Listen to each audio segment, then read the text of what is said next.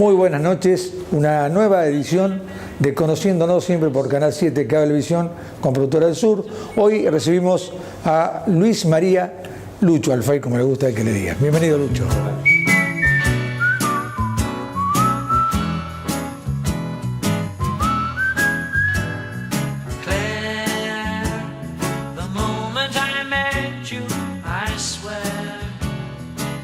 Bueno, hechas las presentaciones, siempre conociéndonos con Lucho Alfay, escultor, profesor. Bueno, él nos va a contar un poco de su vida. Bienvenido, Lucho, y como hacemos siempre con los invitados, vamos a empezar a hablar un poco de tu infancia, de tu niñez, de tus recuerdos. Sí, la verdad que me conoce de acá. Yo he nacido acá, me he criado, he vivido toda mi vida en este pueblo. Mi infancia fue en el barrio del centro, a escasos metros de la plaza, de la iglesia. Mi vida de infancia es eso, el recuerdo de la plaza, de la canchita de la iglesia, por ejemplo. Que no nos dejaban jugar en la canchita de la iglesia. Poco, sí, a veces nos restringían, nos quitaban el fútbol, algunos curas, a veces se dejaban. Pero jugábamos. A veces con permiso, a veces sin permiso. Pero no era yo no me acuerdo era mucho, muy, ¿no te acuerdas mucho? No me acuerdo de eso por ahí, que no nos dejaban, había problemas porque tirábamos serioli y vivías al lado, sí. Y la pelota sigue para el otro lado, se le agregó un tejido, pero sí, todo, me acuerdo. Se seguía pasando la pelota para el otro lado. Y los famosos perros de los curas, que eran bravos, ¿te acuerdas? Sí. Unos perros collie tenían grandes. Sí, también de alguna vuelta que volvió la pelota pinchada por ahí del vecino, era complicado. Debe haber tenido que aguantarnos también. Sí. Incluso llegaba, yo recuerdo eso porque llegaba yo, que yo vivía por la Belgrano, un poco más allá de pasando la Newbery, pero sabíamos estar ahí en los grupos, a veces nos juntábamos en la famosa canchita de los curas. La iglesia. Sí, había varios baldíos, en aquella época había muchas canchitas, un poquito más sobre la Sarmiento, un poquito más arriba la numeración estaba la canchita de Tedesco, le decíamos también, sabíamos jugarlo. Pero la canchita de los curas era una tentación. Sí, claro, porque era una canchita de Babi, estaba con baldosa, tenía arco, estaba bien delimitada, estaba linda.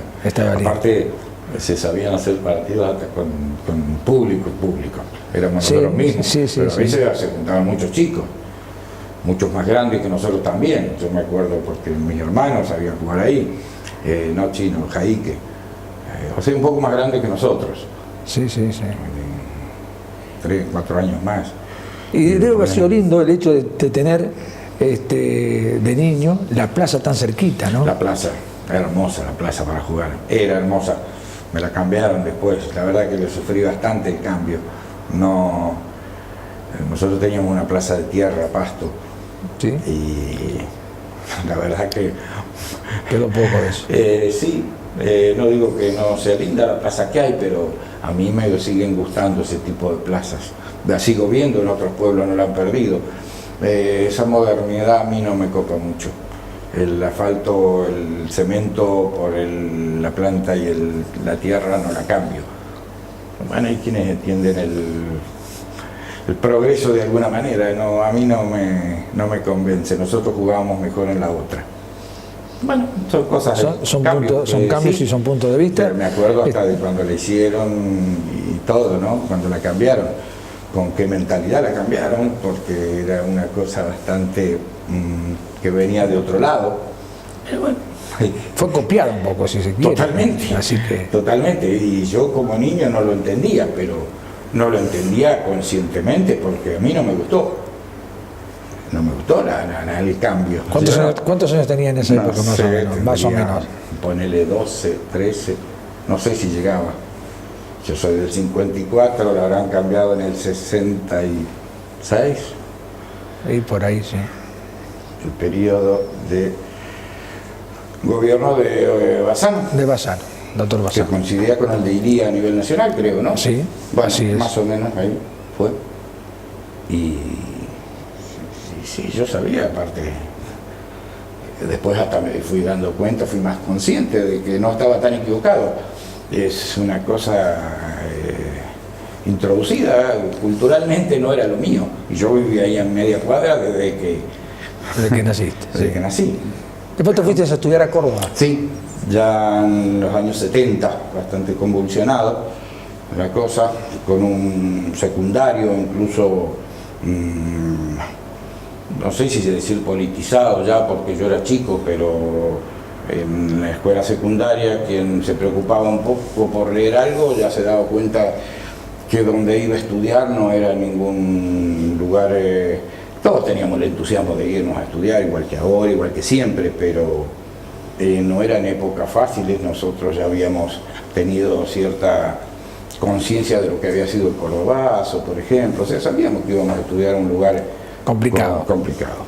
Sí, no lo entendíamos mucho, pero yo tenía algo de conciencia de dónde iba a estudiar y no me equivoqué, al contrario, es como que era más complicado de lo que pensaba. Pero eso uno lo va entendiendo a veces mucho después de que pasa el tiempo, ¿no? Eran situaciones, hasta el día de hoy las seguimos tratando de entender, esa situación.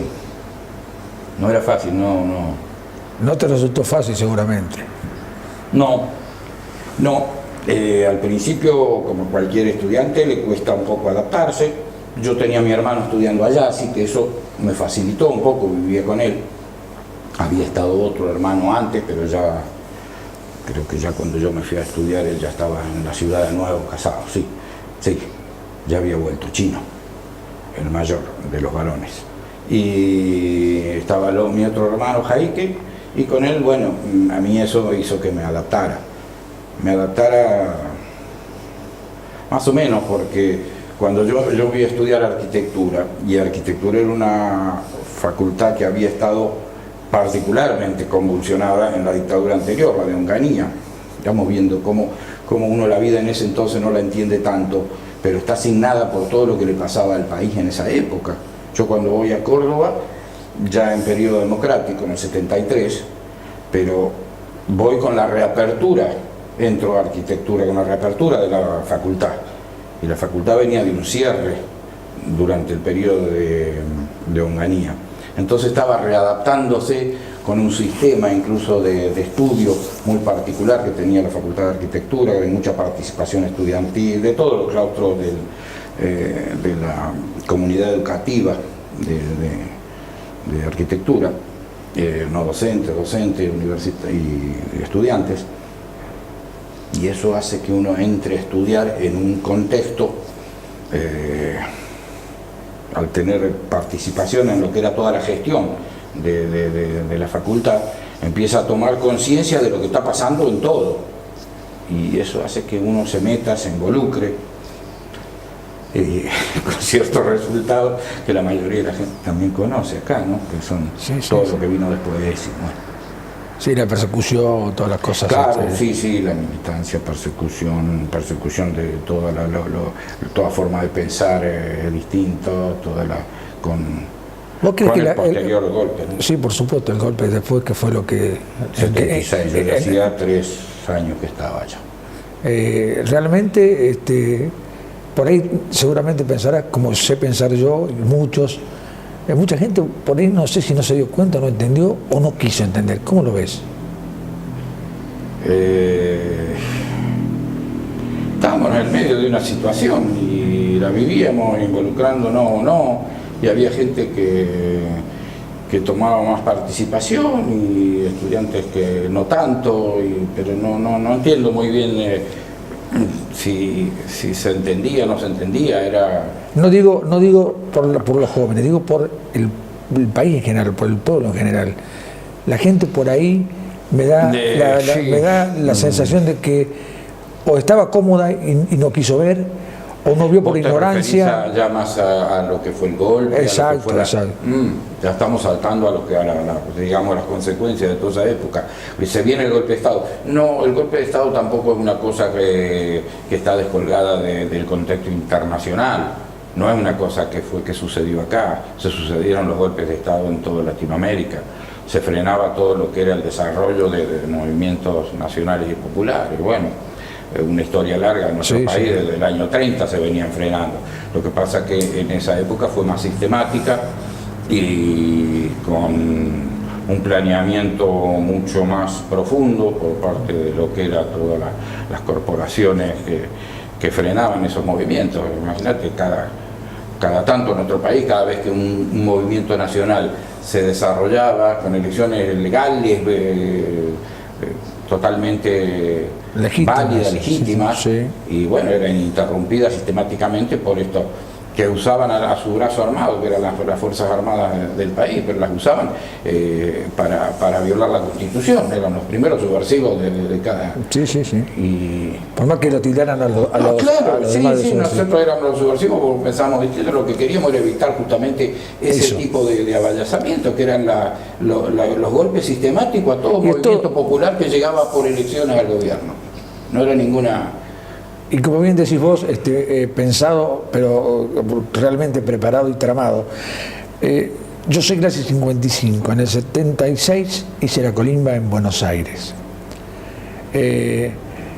Mi cédula de notificación de llamada para incorporarme al servicio militar obligatorio tenía fecha 20 de marzo. La recibí en el mes de febrero. A la semana que había recibido la notificación de que tenía que presentarme en el Holber, en Río Cuarto, para incorporarme al servicio militar obligatorio, me llega otra que me la pospone para el 20 de abril. Claro. Con lo cual, seguramente después con los años no se da cuenta, estaba preparado lo del 24, obviamente, entonces no iban a estar distrayéndose en incorporar nuevos primera parte querían saber a quién estarían incorporando. Exacto. Un filtro, seguramente. Sí, a mí el tema de la conscripción me toma con una prórroga que se daba a los estudiantes. Sí, entonces después con el tiempo yo soy detenido por los autores del golpe y bueno, en eso de tramiterío, en una de las pedidos de opción que hice yo para salir del país, porque hacía ya como 4 años que estaba preso, sin causa, sin nada, necesité los papeles del ejército como para ver si había hecho o no el servicio militar, ¿no? Y resulta que me exceptuaron por indigno. Indigno. Cosa que a mi padre le afectó. A mí no. Yo traté de explicarle, mirá, si esta gente a mí qué bárbaro. Me titula de indigno, la verdad que en buena hora, porque si soy indigno para ellos, está bien. Yo de toda esa etapa, para hacerlo más o menos corto, puedo al día de hoy evaluar muchos errores, muchas convicciones que sigo teniendo. O sea, hay una serie de cosas que sería largo ponernos a charlar. Lo que no dejo de sostener es que cualquier interrupción, ahora lo tenemos más claro, llevamos varios años de democracia. En aquel entonces nosotros como jóvenes no encontrábamos ninguna salida, ningún canal de expresión que nos permitiera, como ahora los chicos pueden entrar dentro de cualquier partido político, manifestarse, manifestarse más o menos libremente. En aquel entonces sabíamos que sistemáticamente cualquier posibilidad, intento que llegara por vía democrática iba a ser interrumpido por el medio de la fuerza, por el medio de un brazo armado. Así que no había muchas opciones. Quien quisiera revertir eso, ¿qué otra opción le quedaba que enfrentarse en forma armada a quienes previamente habían violado la Constitución, derrocando el gobierno constitucional? Así que no me vengan con subversivo. El primer subversivo era el que iba en contra de la Constitución. Claro, los primeros irregulares del ejército argentino en ese momento. Y no estoy hablando de las Fuerzas Armadas actuales, que aparentemente, o por lo menos hasta a lo que va del periodo democrático, se han retirado a su... Digo aparentemente porque hay quienes todavía en su cabecita por ahí están tentados de llamarlo para la seguridad interna. El ejército de las Fuerzas Armadas tienen un rol bien establecido en la Constitución. y no es la seguridad interna. No es la seguridad interna. No es la seguridad interna. La seguridad interna, eso fue una teoría que vino de Estados Unidos. Y se fueron educados nuestros militares en Panamá con la teoría de las Fuerzas Armadas de las distintas naciones abocadas a la seguridad interior para repeler cualquier rebelión. Cualquier rebelión eran las manifestaciones populares que no querían su golpe de Estado. Sí, Entonces, por ahí parece raro cuando vos decís eso, alguna cabecita. Por ahí cuando hablan de que quieren llevar a los gendarmes a controlar el orden, medio como que... A mí me asusta. Bueno, a mí Yo creo también. que la Constitución es muy clara en ese sentido. El que tenga alguna duda que vaya y la lea, porque las fuerzas de nuestro país tienen asignados unos roles Que no son los que cumplieron seguramente. No. Para nada. La doctrina de la seguridad interna y las Fuerzas Armadas abocadas a eso es una tergiversación de lo que son de lo que es nuestra Constitución. Es bien clara la Constitución en ese sentido. Por eso yo ahora digo, por ahí escucho algunas locuras. Eso lo tiene que resolver el Senado. Y lo primero que hacían estos grupos cuando daban golpe de Estado era disolver el Congreso, perdón. El Congreso de la Nación. Senadores y diputados. Representantes. Lo primero que hacían era disolver.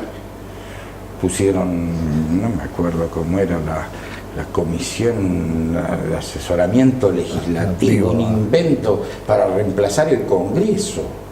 Una barbaridad, una vergüenza. Y bueno. Años duros, años difíciles. Por suerte, yo creo que hoy podemos decir que llevamos una etapa democrática que se va consolidando, más allá de que el sistema tampoco es perfecto.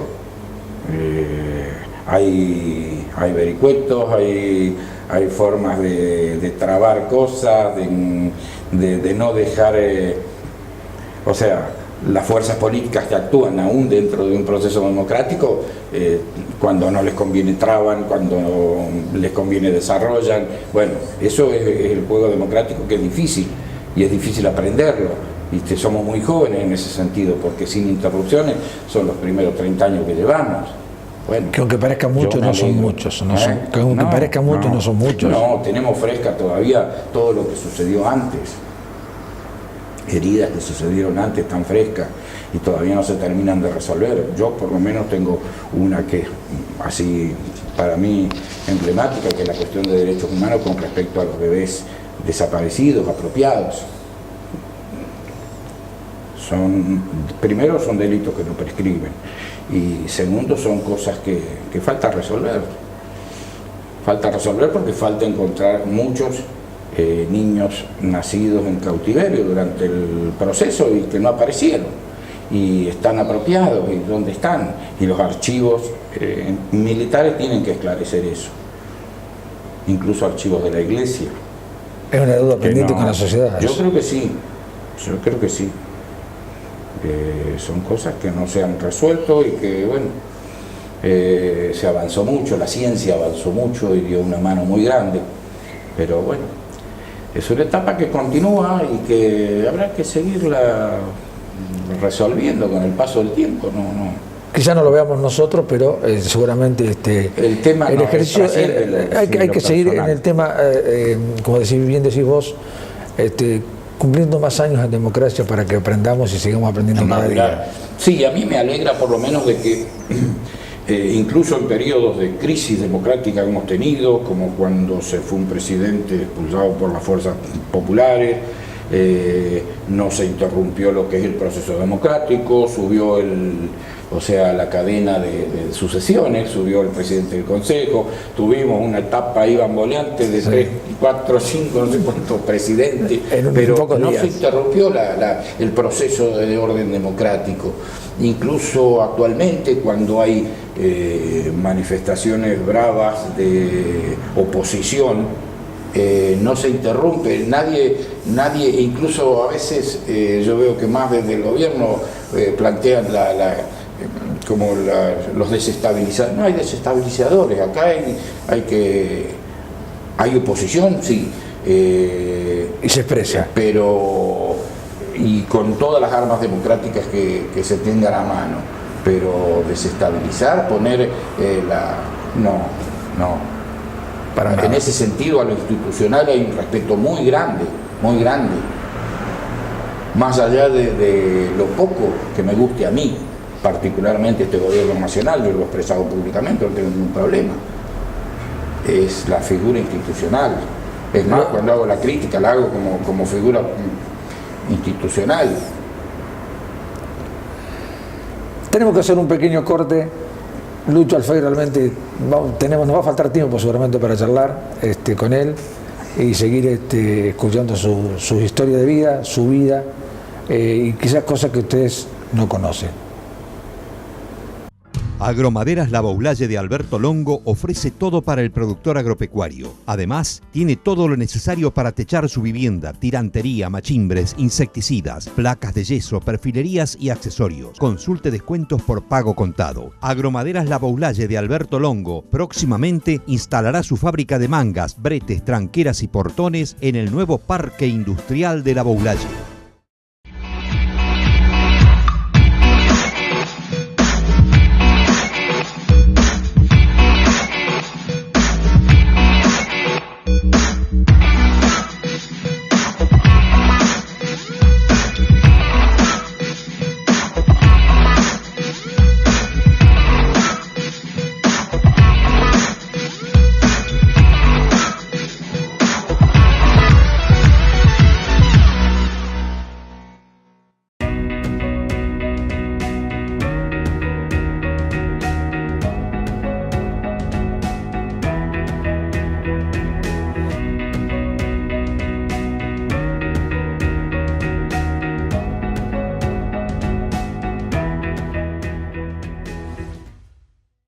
Continuamos conociéndonos por Canal 7, Cablevisión, con Productora del Sur, desde Hotel La Boulaye, que agradecemos ya la gentileza del hotel, con Lucho Alfay.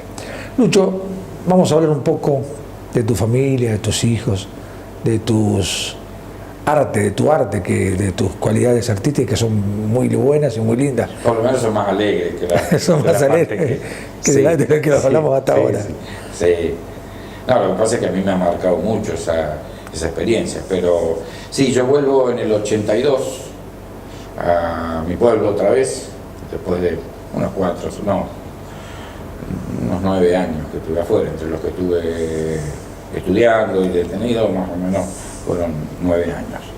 Y bueno, yo ya estaba casado con Inés, mi compañera de toda la vida, y empezamos una vida nueva.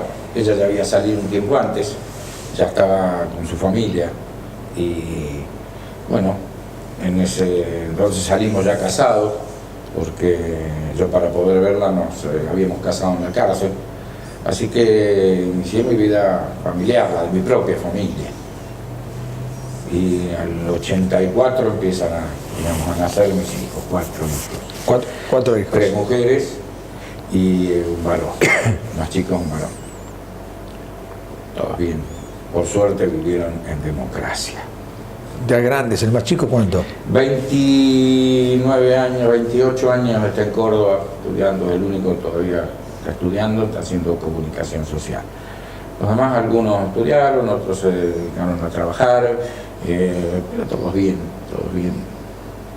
Si no estoy mal informado, tenés uno que está o una que está en el exterior.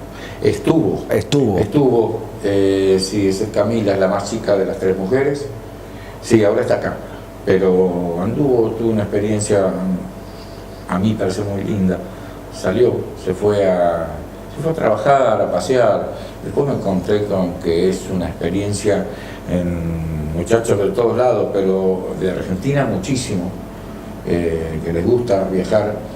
Andan por Latinoamérica y andan trabajando y conociendo y se hacen de amigos. Lo pude comprobar yo porque fui al exterior a verla cuando estaba en México. Ella ya había estado en Ecuador, Perú, Ecuador, Colombia, y de ahí pasó a México. A mí me preocupaba un poquito mirá vos, yo preocupándome por la experiencia de ellos como si lo mío hubiera sido tan liviano, tan fuera de peligro. Pero bueno, fui allá y comprobé que realmente es una experiencia muy linda la que hacen, conocen mucha gente, mucha cultura, y mucha cultura de pueblos latinoamericanos que tienen sus particularidades, pero que no dejan de ser bastante similares en muchas cosas a nosotros, ¿no? Que son pueblos hermanos, digamos. A mí me gustó eso. Yo tuve oportunidad primero de viajar a Cuba, pero eso lo hice más porque quería conocer. Después fui a México a ver a mi hija y me encontré con un lugar hermoso, sí. Yo relaciono mucho también con el arte mío, voy buscando esas cosas. De hecho hiciste un trabajito ahí. Sí, no me recordaba, la verdad que no. Sí, estuve parando en una casa de un muchacho en San Cristóbal de las Casas, una ciudad preciosa, muy linda, del estado de Chiapas.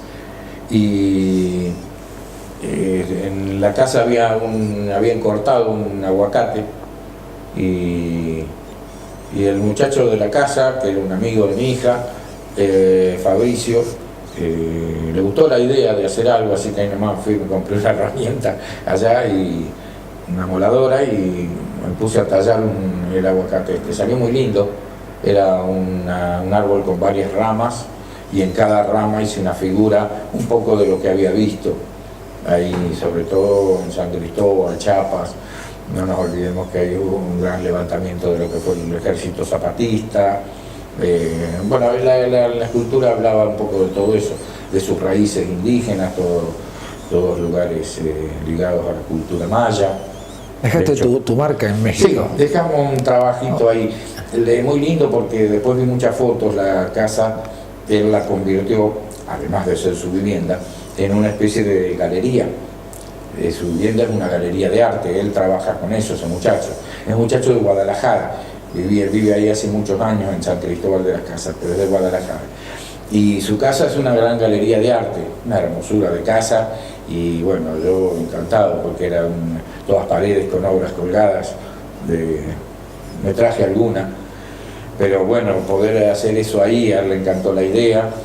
Después que nosotros nos vinimos fue que la transformó en galería, a pesar de que ya estaba, cuando nosotros fuimos, llena de obras. Y le hizo todos unos caminos al patio, en los cuales por ahí estaba la escultura mía, un tronco en pie, o sea, está fija, está en su lugar. Lo habían cortado porque molestaba el techo, no había muchas ramas. Y ahí fue que... Ahí está tu escultura. Mi escultura en México, sí. Una gran satisfacción, la verdad. ¿Cómo llegaste? ¿Cómo fue el camino? Me decía, yo empecé trabajando con el negro Camaño. Sí, lo mío viene de chico, viene de niño prácticamente. Uno cuando es niño todos dibujamos, todos hacemos algo en plástica, todo. Lo que pasa es que algunos lo interrumpimos porque no es la vocación, nos dedicamos más a otra cosa. A mí me continuó todo eso, acompañando toda esa inquietud, porque es algo que, bueno, mi inclinación estaba por ese lado, al punto de que cuando yo me voy a estudiar arquitectura a Córdoba, voy a hacer Bellas Artes también. Hice un año, terminé el primer año, después dejé y seguí arquitectura solo. Y retomo el estudio cuando se abre la escuela acá, como primera promoción. El primer año, me anotó, el primer año que abre las puertas la Escuela de Bellas Artes, la Luz Videla Méndez. Y ahí me recibo, hago los 4 años.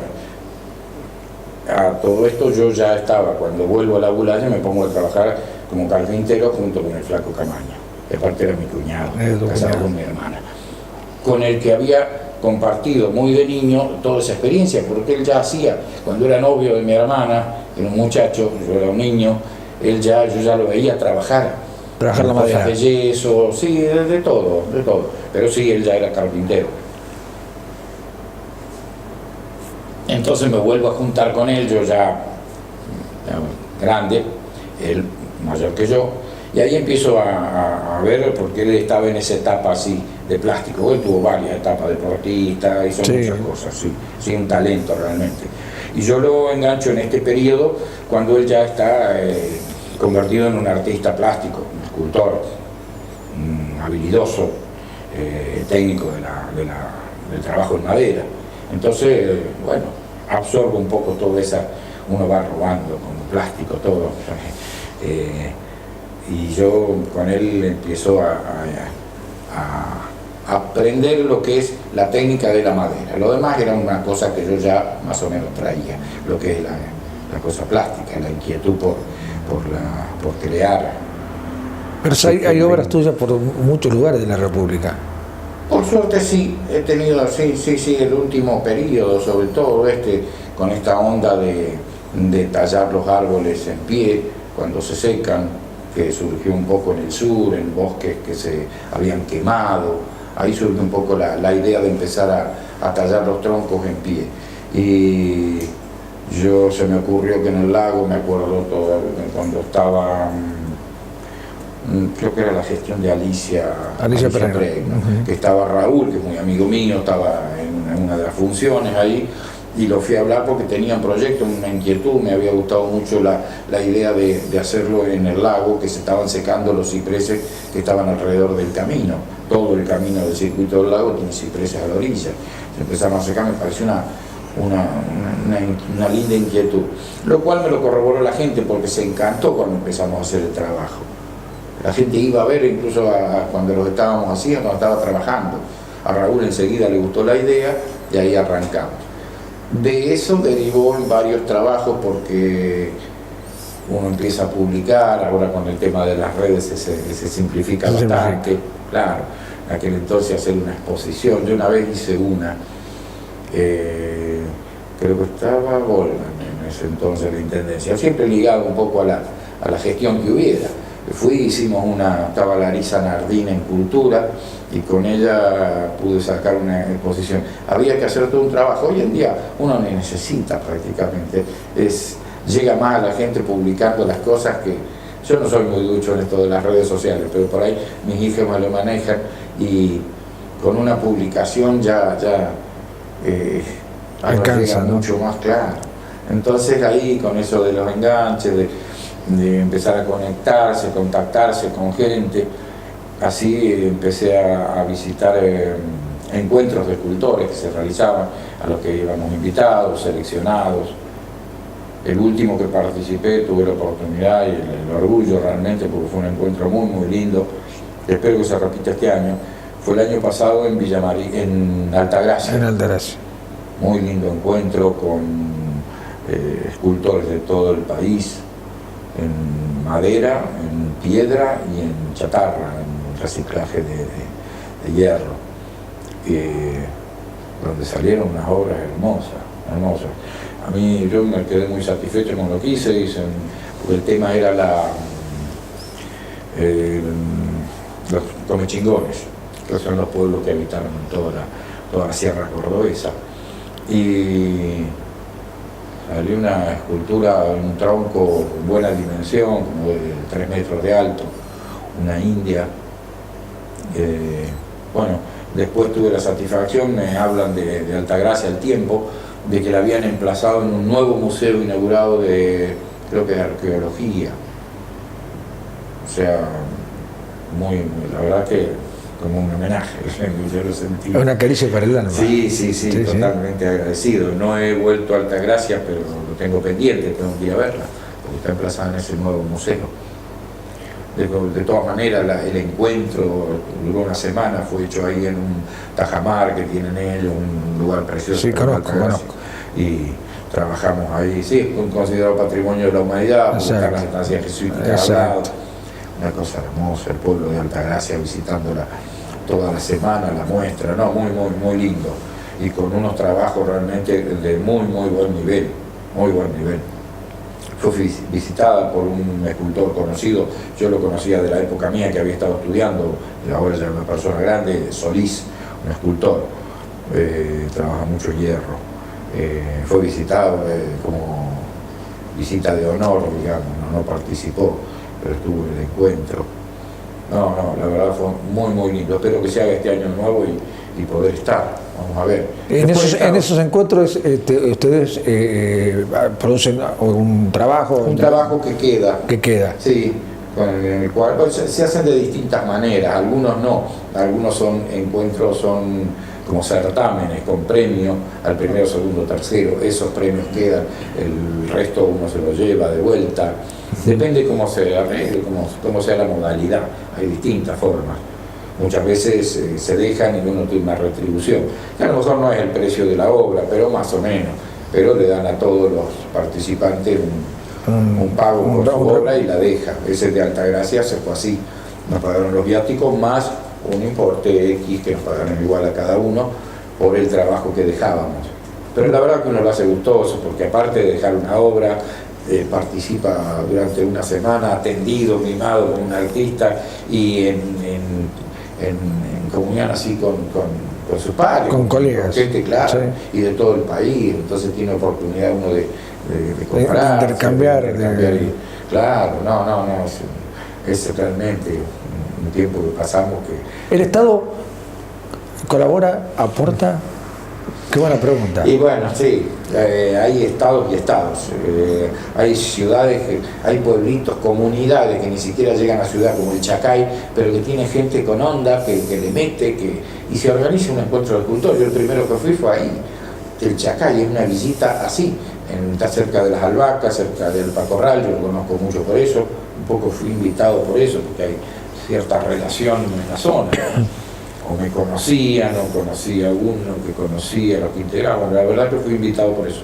Y salió un encuentro con gente de todo el país. Muchos escultores de los que estuvieron ahí, estuvimos en Altagracia también. O sea, tuvo su importancia.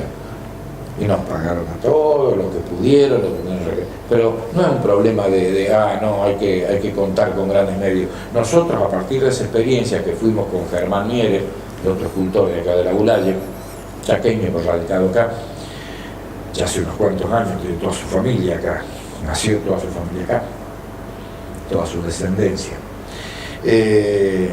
Con esa experiencia que tuvimos en común, vinimos acá y con nuestra mujer y otros más que se agregaron, sacamos 3 encuentros con el apoyo municipal.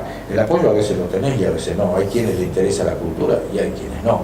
Hay estados que toman la cultura como una cuestión de Estado y hay otros que no, o lo hacen con diferente, como cuando hablábamos de la plaza, es exactamente el mismo. Vos podés tener un criterio de desarrollar la cultura de tu lugar o podés tener el criterio de traerla de afuera, y son dos criterios bien distintos. Y bueno, hay quienes aplican uno y hay quienes aplican otro. A veces tenés apoyo, a veces no. A veces encontrás con que vas a un lugar a participar en nombre de la ciudad, porque yo cuando voy ponen el cartel y con nombre y lugar, y el escultor de la ciudad de la Bulaye. Si vos vas a la municipalidad, ¿no? A veces encontrás eco, a veces no. Yo conozco gente que va a esos encuentros que a veces va subvencionada por su gobierno local. Por eso la importancia a veces de que cuando vos organizas tu encuentro, se lo considere, uno lo toma como una cuestión de forma, que lo consideren de interés local, de interés, lo que hicimos nosotros hasta se consideraron de interés provincial, por el gobierno de la provincia y del municipal. Y eso vos se lo mandás al escultor que va a venir y lo presenta en su localidad, y su localidad le da el aval, le da el apoyo económico, le da... O sea, se facilitan las cosas. Cuando uno quiere facilitar la cultura con una ayuda mínima nomás, eso empieza a moverse. Y moverse significa que la ciudad tuya esté presente en ese encuentro.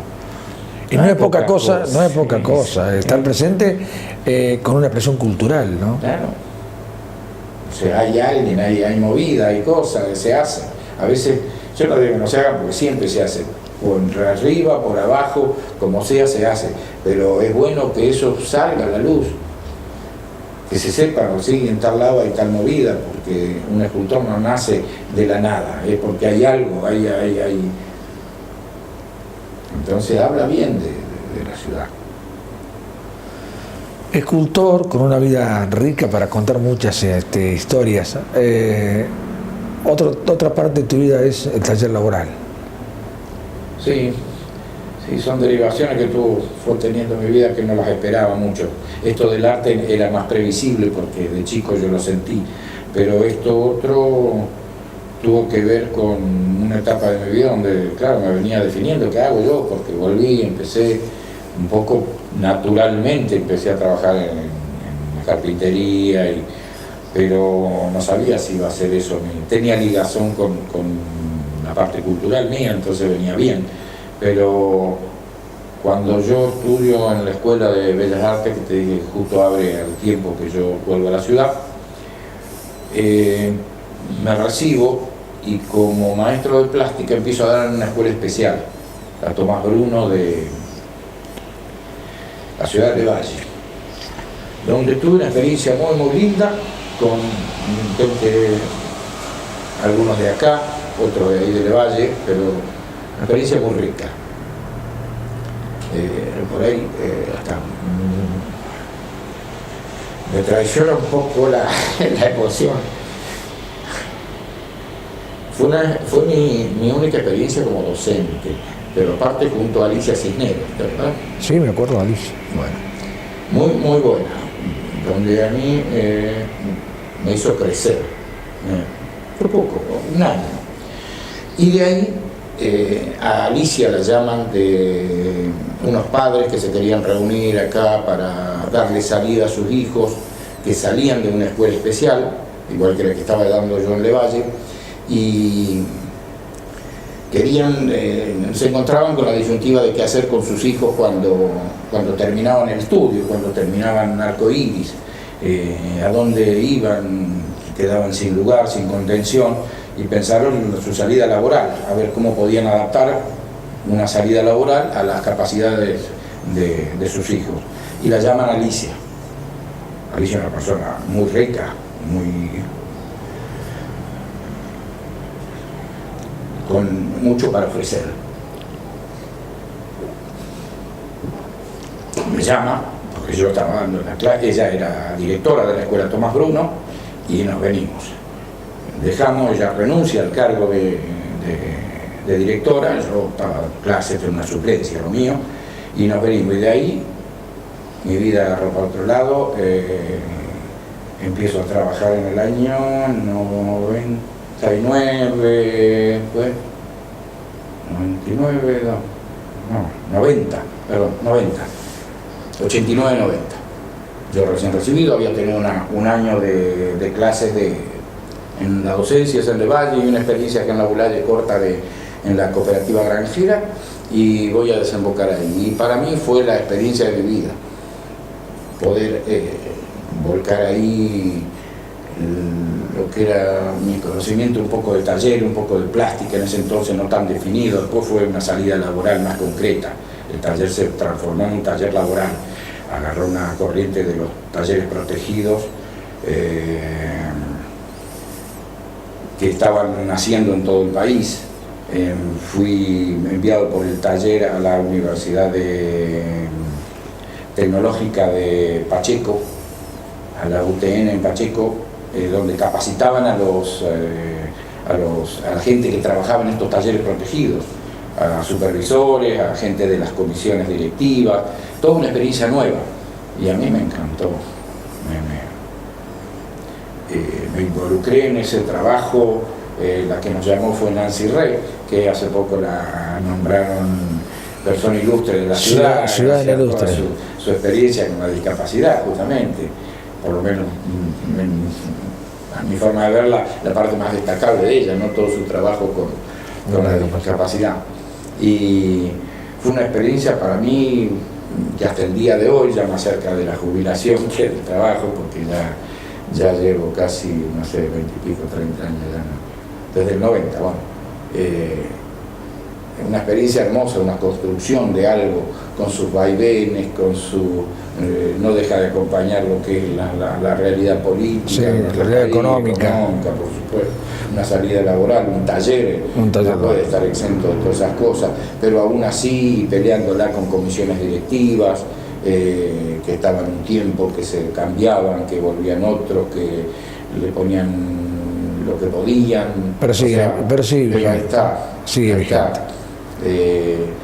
con su a veces desviación, de vuelta a buscar porque a veces uno pierde el hilo. Hay políticas que que llevan a un lado, a otro, los planes, los vaivenes que tiene, ¿no? la economía, y ligado a la discapacidad, cómo se van resolviendo los problemas. Eso a veces uno está más de acuerdo, una veces menos, pero ahí estábamos peleándola, un grupo de gente que se fue involucrando de a poco.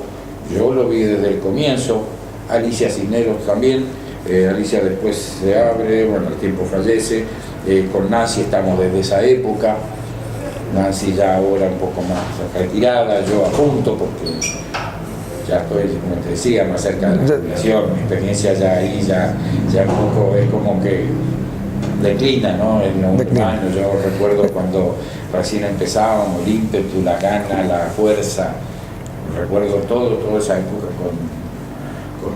con mucha alegría y muy agradecido, porque agradecidos estarán seguramente toda esa gente que recibió tu esfuerzo y tu tarea. Es mutuo, porque sí, es un igual. Sí, totalmente. Tanto con mis compañeros de trabajo, con mis comisiones directivas, o sea, patronales, porque correcto, son patronal, como con los operarios. Yo aprendí con ellos, porque aparte aprendí a formarme como supervisor, más allá de las capacitaciones que te digo que teníamos.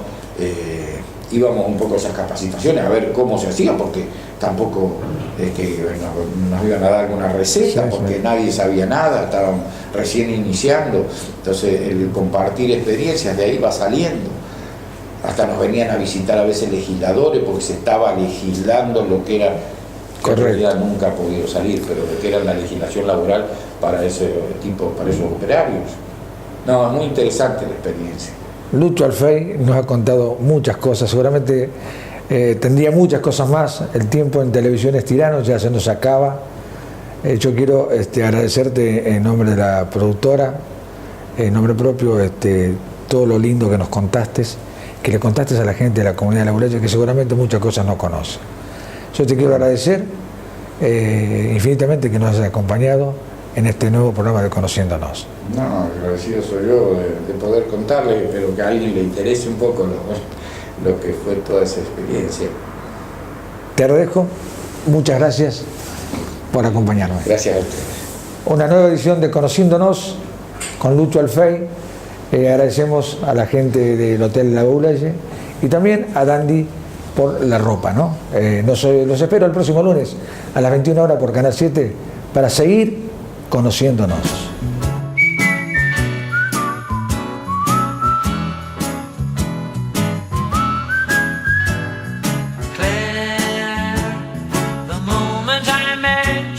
I swear I felt as if something